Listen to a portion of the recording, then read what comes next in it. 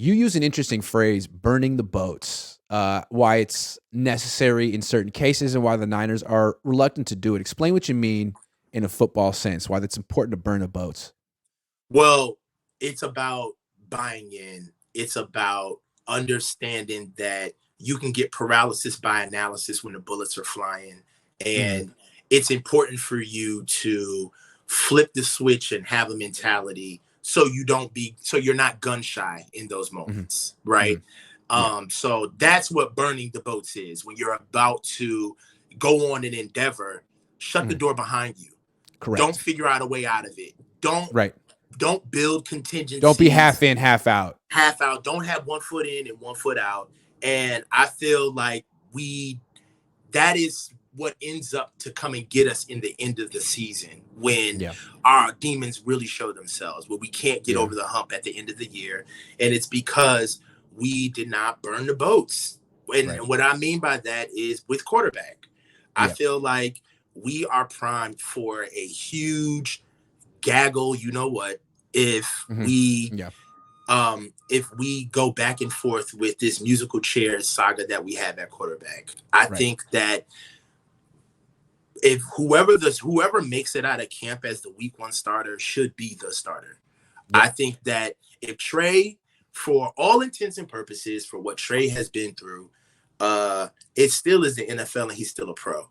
And Right. I wouldn't be a fan of him if I felt like he got the job.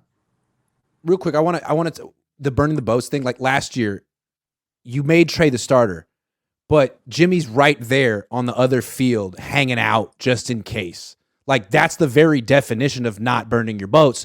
Then when you Yes. use him the way you use him and he gets injured, everyone wonders, well, did you do that because you had your boat ashore right there and you knew, well, I can be a little reckless here because I don't even know if I'm really committed to doing this. Oh, Or great. Now we got 49ers football yeah, chilling on the dock. yeah, I mean, and to take it a step further, I know that there's people right now probably screaming, "Well, when Trey went down, we would have never had Jimmy if Jimmy wasn't there." Well, what happened? What happened ultimately anyway?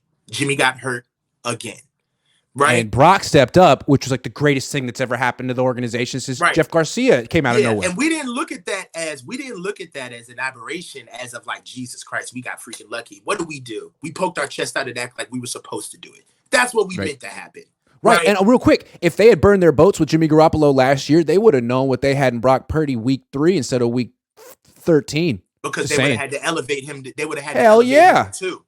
They would That's have the had to elevate benefit him of burning too. your boats. Yes, if they would have burned their boats quick with, and matter of fact, if they would have burned their boats for real, Jimmy would have been gone before his shoulder surgery, while they were sitting there trying to find the best deal possible, right? Correct. And those are all of the circumstances that we're talking about. I can see, like, if we go at the very end and look at the whole story, and we can say, yeah, but we create so many opportunities for ourselves to take us to the end of that season. Mm-hmm. Really? Mm-hmm. Really, are those the opportunities that are taking us to the end of the season? Or are they taking us to our inevitable demise on what we do? Because think about it. Who do we lose to? We lose to teams that burn their boats. They bought Right. into their situations. Look at what the Eagles did with Carson Right. Wentz. Okay. Yep. They gave Carson Wentz that deal. And then what did they do? They went and got Jalen Hurts immediately and put the pressure on him. And when they got rid of Carson Wentz, they didn't pussyfoot around. They didn't Yeah. listen to the locker room and hold a tribunal to see how Mm-hmm. the team felt. They got Yep. rid of him. All Yep. right. And then Yep. they went hardcore on Jalen Hurts. And I just feel like at times we get caught being a little too cool for school. We think that we're the Yep. smartest guys in the room. And it hurts us when everybody's too busy working their plan, while we're too busy trying to have the best options possible. And they're hedging. It's like they're building for the future Yes. while being all in at the same time. So when they lose in the NFC Championship game 2 years ago to the Rams, they can say, Mhm. "Well, we're ahead of schedule. We didn't even have Trey on the field. That was Yeah. with Jimmy. Imagine us next year with the quarterback we want." And then the Mhm. next year they lose in the NFC Championship with Brock, and they're like, "Well, Brock just getting started. Brock got Yeah. hurt. We're Yeah. ahead of schedule. We're still coming." Like, no. Eventually, you're gonna miss it. Yeah. You're gonna miss it, and it's Yeah. like you keep having this mentality of like we're a year away. We're a year away. Eventually, you're not. It's got to be your year at some time. You can't And then have you that have to mentality ask forever. yourself, do you really want to end the conversation, or do you like having it? Ending the Yeah. conversation would be winning the Super Bowl. But having the conversation would be talking about just how much we win and how close we are. And look at our window. And the best team, one of the best and the teams awful bad luck that they have. It's just so weird. Injuries and Yeah, and it's kind of like, I mean, what are we gonna be? The 21-year-old kids still hanging around the high school parking lot? Like, what are we I would have won state. I would have won state, man. Coach put me in. No doubt in my mind. I would have won state. Hey, man, if they wouldn't have held us 2 years ago, I would have brought it home for us. Like, what are we doing? Are we in the conversation or are we ending it? You see what I'm saying? So I feel like, you look at teams who, even with the Rams, I despise the Rams, but they burned their boats, man. Look what they did for that ring. Look what they did to close out that season. And it's they get credit for that. And meanwhile, Niner fans are like, ha ha, you guys suck now. It's like, whoa, they're champions. Yeah. Can't take that ring off of McVay's finger ever. Yeah. That's what he has that Kyle doesn't have. Yeah. So I feel like there is a narrative of us having a good time being at the party, just being in the room, right? And I feel like Niners fans, they feel a little good when it's just where the Niners are in the hunt. They're the top of the NFC. Guys, the most physical team in the league. Sucks. No one wants to face the Niners. Everyone loses after you face the Niners. But we got to be honest, guys. We're at the top of a division that sucks. The NFC is not as good as the AFC. There's much more competition outside of our league.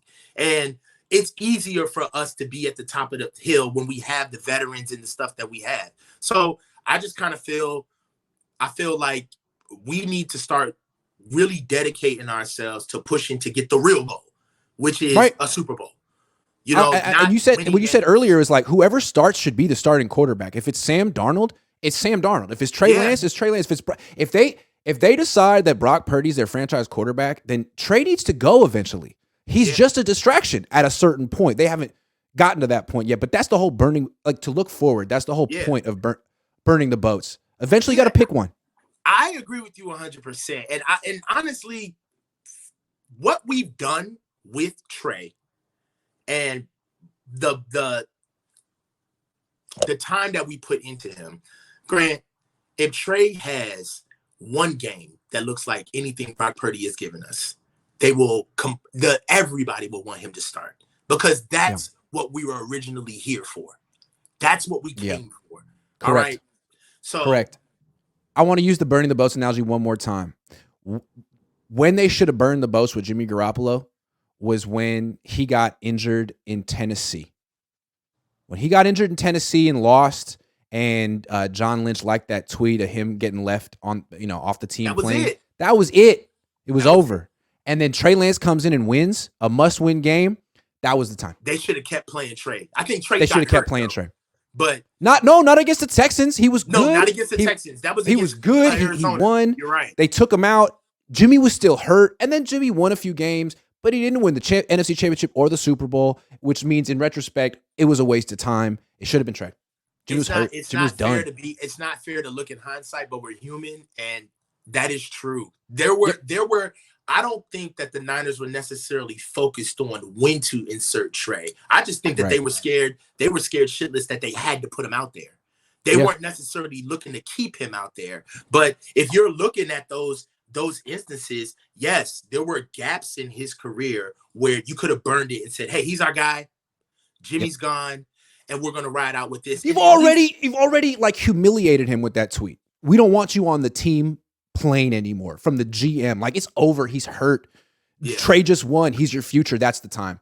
And to your point, they never actually did that. They've only done it for Brock. Is looking at us like we operate like the rest of the NFL world doesn't see us. Like the GM likes a tweet about the quarterback. It's like any other organization. It's like, well, that's clear, man. That's a line in the sand. It's over. It's over right now. And then you bring him back another, not just giving him the starting job after the win from Trey, but bringing him back another year so that Jimmy could now humiliate Kyle and say, your plays freaking suck, man, and smirk on the sideline when you're losing. I mean, who could have seen that coming? Oh, anyone who sort of understands human dynamics. Yeah, I think that they see they see an opportunity where they may have to get into general population and risk it just like everybody else, and they shudder. Yep. Right? They Yep. see those moments where it's like, oh my God, we may have to be a real franchise and just have our ass out in the wind. We may have Yep. to just ride out with our quarterback.